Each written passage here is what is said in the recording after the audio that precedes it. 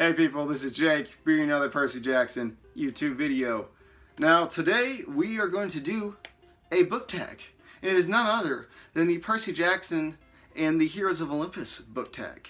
Now clearly I did not create this tag, but it is a really good tag. And it is made by the Writing Hufflepuff. And she or he, I'm not sure, but the Writing Hufflepuff is a blogger. So if you want to go check out that blog, why don't you go do that? You might enjoy what you find. And it's also been done in YouTube form by Bluebird's Books. And that video is good. I watched it myself. So if you all want to go check that out, go do that as well. I'll put the link in the description. But anyway, this is going to be our take on it. And so for a lot of book tags, like, it's meant to be looked over like a broad scale of books. But yeah, I haven't read a broad scale of books, and I haven't read a ton besides Riordan books, and this channel is pretty much exclusively limited to Riordan books. We're just going to focus on those books for this tag when we answer questions. But yeah, it should be pretty fun, so I hope you guys enjoy. Alright, first one. Your fatal flaw when it comes to books. Laziness. Pure laziness, guys. I mean, I'm a slow reader, but it's not so much that. Like, I'm never going to be one of those guys that even if I read from like dusk till dawn, I would not finish like a book in like 2 days. Unless it's really short. That's never going to be me. I'm a slow reader. If I like burn through a book, like a high speed for me is like a week. And I know a lot of y'all prefer like, ha! Pathetic! And okay, maybe. But but my problem is I don't do that. I don't sit down and just read. You know? And I'm not saying you should spend every waking moment of your life reading, because, you know, there's life. But I'm not saying, like, it's bad. Okay, I just need to stop talking. But anyway, I just need to sit down and read, and I don't do that. But it's not that I don't have the time. It's just I spend my time watching, like, a bunch of YouTube videos. Or just video games. Which I think are fine things to do, in, you know, portions. But I need to invest a lot more of that time to reading. And I'm happy when I get myself to do that. But for some reason, it's just hard for me to get myself to do that. Because I think it's harder to read than it is to do those things. At least it is for me. So that's definitely a fatal flaw that I wish I didn't have. And I need to remedy. And I will. I got better at it lately, but still definitely a flaw. Alright, next one. The Hestia on your bookshelves. A book you feel is underappreciated. Alright, this one's super easy for me. That book is Magnus Chase and the Gods of Asgard, The Sword of Summer. I really love this book, guys, and I hope a lot of people do, but for some reason I don't hear that many people talk about it. And that's obviously not to say that, you know, there could be a lot of people that like it and just don't talk about it. But yeah, I don't really understand why. I feel like most of the attention is put on the Hammer of Thor, and I don't like the Hammer of Thor. So if you like it, that's cool. If you don't like it, that's cool. But that's where I see most of the opinions going. They love the Hammer of Thor, don't really talk about the Sword of Summer. And I think it is, the majority reason why is Alex Fierro introduced in Hammer of Thor. And that's why everybody likes Hammer of Thor. And Alex Fierro is not in the Sword of Summer. And that's probably why not a lot of people talk about the Sword of Summer. And, you know, this probably goes hand in hand. Alex Fierro is not my favorite character. I mean, I just really don't like Alex that much.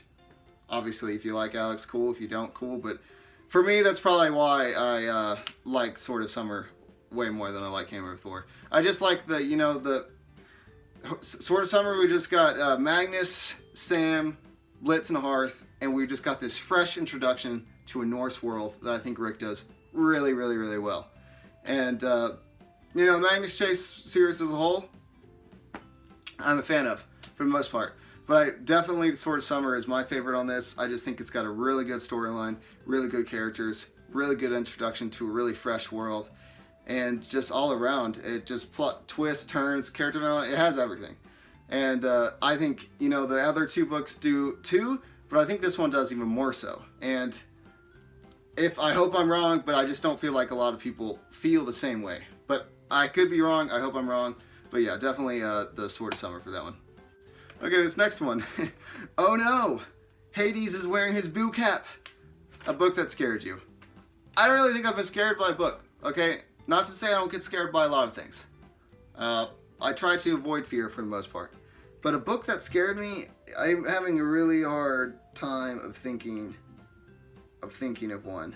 I mean, maybe like Mark of Athena, because all that stuff with Arachne, because spiders is one of my upper fears. Spiders, stay away. Alright, please, just stay away. So maybe that one. Maybe that one.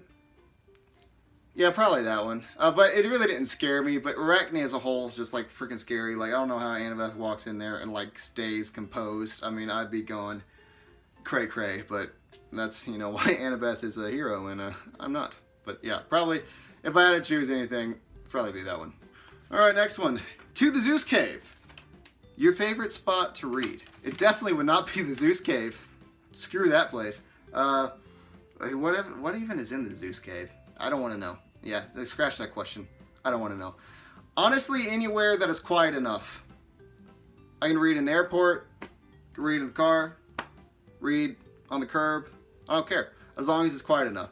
If I had to choose a place, probably be right over there. At the edge of my room. I got a little chair there. Got the window, turn off the lights, open up the blinds a little bit, got some natural light coming in.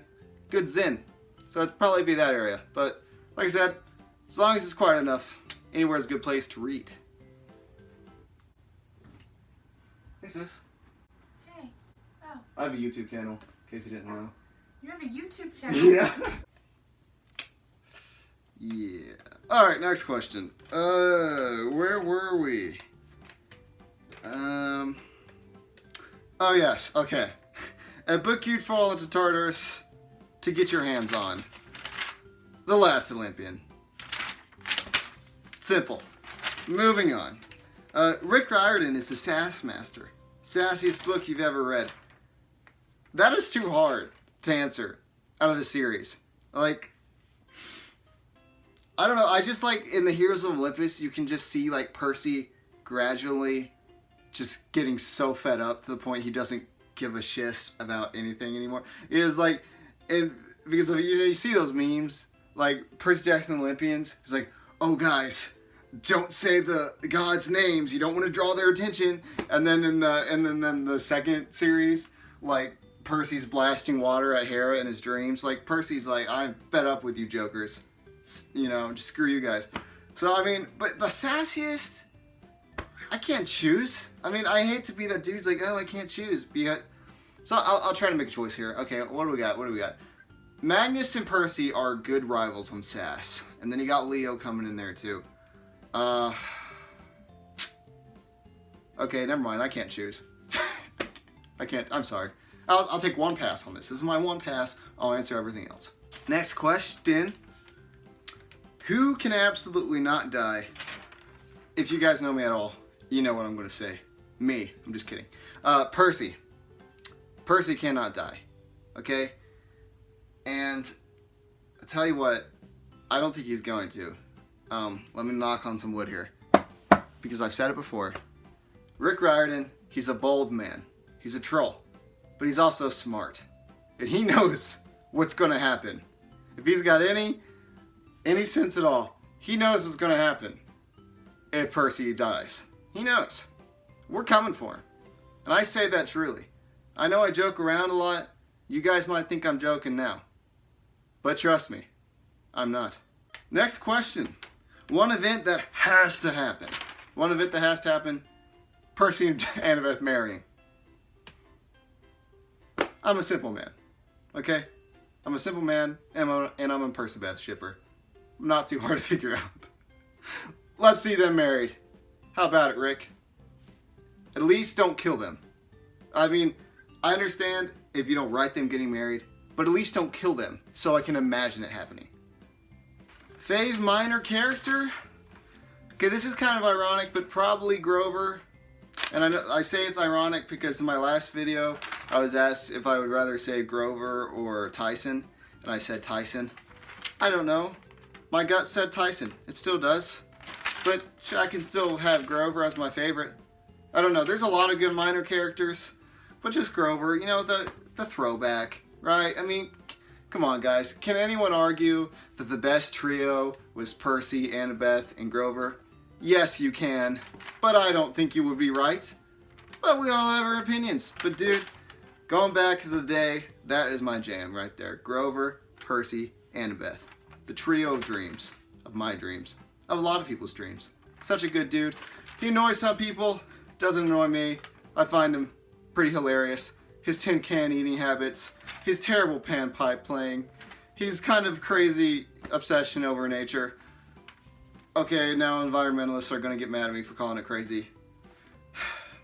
That's okay. Nature's good, guys. Grover's cool. What else do we need? Favorite book in the series. Now, I basically already answered this with the, which book would you stop from falling to Tartarus? The Last Olympian. But since I already said that, I'll choose another one. The Son of Neptune is probably my second favorite book out of both series.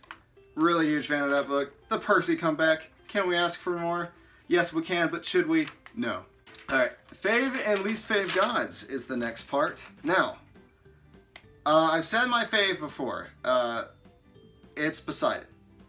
If we're just talking Percy Jackson Olympians. If we bring in the mythology, it's Hephaestus. Because Poseidon's a creep in the mythology, and he's just like a homie in the Percy Jackson Olympian series. But, and we're talking least fave, that's kind of hard. Like, the first name that comes to my mind is Hera. But is Hera the worst? No. One, you got goddesses like Chione, or Chione, however you pronounce her name, the snow goddess. She's awful. But, like, probably, you know, if you discount the gods and goddesses that are just full-fledged evil, then you got dudes like Zeus.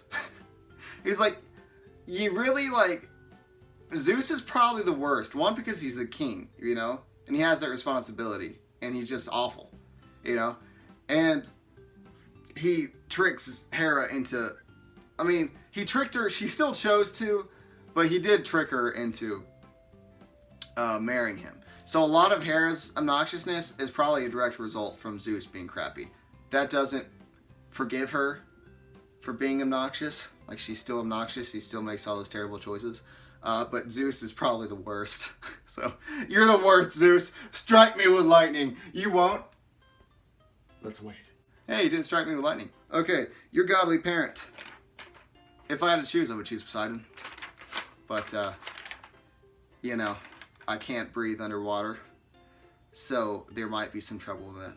How important are the books to you and why? Are you guys ready for a sappy answer?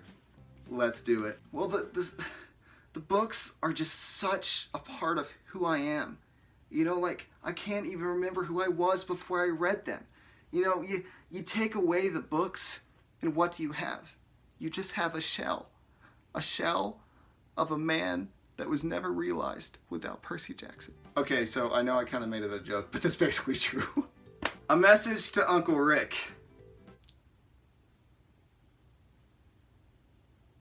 Alright people, that was my tag. A lot of stuff happened in this video, but we made it through.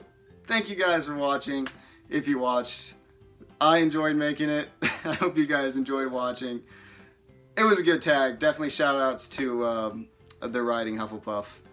Check out that blog, like I said, if you like that stuff. And we're going to keep doing the quotes, guys, because I need an excuse to say quotes. And this one I have on my wall right here. I hate a good many things, but I suffer them all the same. There's a bit of pessimism that's spoken by Stannis Baratheon from the Game of Thrones. You're welcome. Peace.